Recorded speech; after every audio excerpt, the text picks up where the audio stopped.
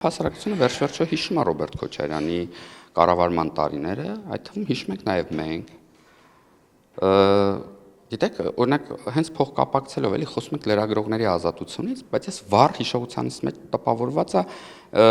թեկուզ օրինակ 2008 թվականի դեպքը, երբ որ շտաբ էր եկել լրագրողներից մեկը, ընդդիմադիր Տեր-Պետրոսյանի այն ժամանակ նախընտրական շտաբ, Հարավարմենյան թաղամասում, որից մի 50 թե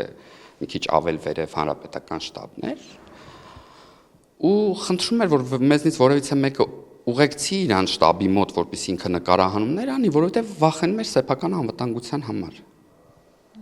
Այդ նույն տարիներին մենք տեսել ենք բռնություններ վստահված անձանց նկատմամբ։ Ես անձամբ իմ աչքերով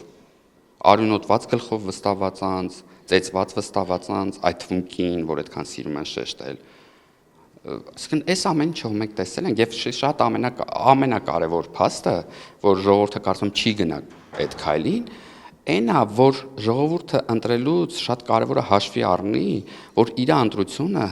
հնարավորություն տա հետագայում էլի ազատ ընտրությունների իրավունք ունենալու։ Բայց փաստը չէ, որ Ռոբերտ Քոչարյանի ընտրվելու դեպքում մենք այդ տեսել ենք 10 տարիների փորձով։ Հայաստանի Հանրապետության ժողովուրդը զրկվելու է իր ընտրական իրավունքից ազատ ընտրություններից, այսինքն դա լինելու է վերջին ընտրությունը։